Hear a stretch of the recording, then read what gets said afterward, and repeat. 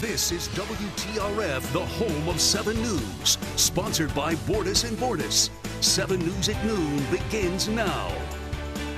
Brand new details this noon. A natural gas leak at West Liberty University shut down half the campus this morning and prompted a shelter-in-place order for the whole community.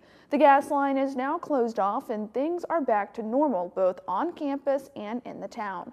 But emergency protocols were in place. The Ohio County Emergency Management Agency took command, and it was quite an intense morning. Thanks for joining us for 7 News at Noon. I'm Annalise Murphy. Before we take you there, 2 people are in the Northern Regional Jail this morning after an early morning shooting yesterday that sent 1 man to the hospital. Thank you for joining us for 7 News this morning. I'm Annalise Murphy. Police say first responders were called to the North Park Apartments on Eagle Court. According to the criminal complaint, when police arrived at the apartment, they found Miles Edmund Wright on the floor with multiple gunshot wounds. The prosecution and defense presented their opening statements to the jury in the Nyasha Hales murder trial. Hales is accused of murdering Michael Jackson after allegedly shooting him outside of the Voodoo Bar in January of 2021. Ohio County Assistant Prosecuting Attorney Sean Turak is going after a first-degree murder conviction. Defense attorney Braden Noon is representing Hales with the claim he acted in self-defense. Cleanup continues almost 2 weeks after Hurricane Helene devastated parts of North Carolina. One local high school at the very top of West Virginia is doing all they can to support those who lost everything.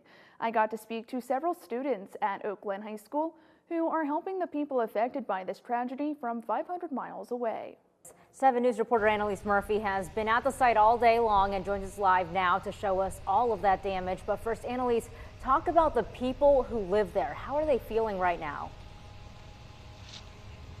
Guys, I've been in the Fairhaven area of Hancock County all morning and all afternoon. Right now, I'm actually at the intersection of Locust Hill and Shepherds Valley Road, just diagonal from the brunt of the damage that this tornado caused. It's truly a devastating scene. All of the residents that I've spoken to have said they're just in complete shock. You know, this isn't usually something you see happen in Hancock County, West Virginia.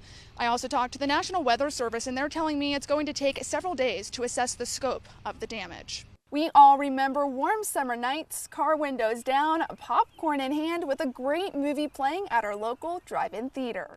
West Virginia used to be home to around 75 drive-in movie theaters.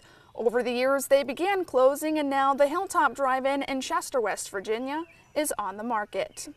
Katie Beaver has been running Hilltop Drive-In with her father since 1988, but her time there started long before that. Students from 2 local high schools brought home several wins from a state conference centered around teaching students invaluable skills within business and general workplaces. I got a chance to speak with these students, and they join us now with how they've prepared for the competition.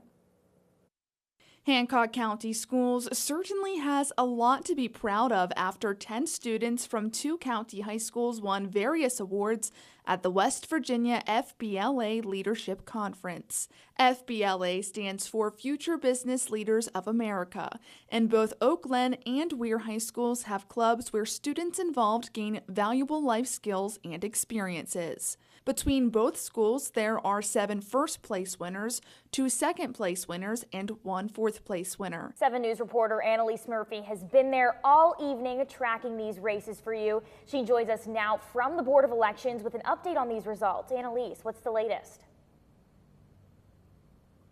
Bailey, Stephen, I've been closely following 3 races out of Marshall County for you tonight, including the Sheriff's, Magistrates Division 1, and Board of Education races. It was a really tight race between current Sheriff Bill Helms and Mike Dougherty.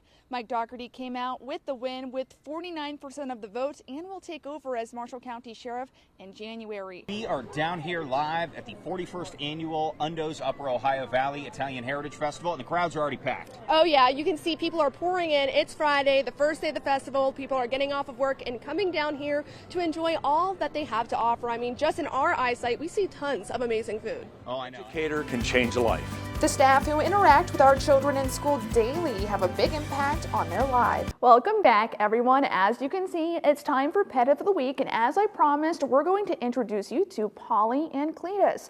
Steve with the Brooke County Animal Shelter, thank you so much for coming today. Tell us about these sweet little babies. Well, this is Cletus, and this is Polly. It's actually Paul, but I've been calling him Paulie. We all give them nicknames. You know, they still call me Stevie. So, but anyway.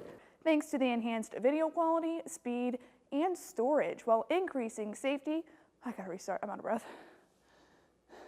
Sorry, I ran from downstairs.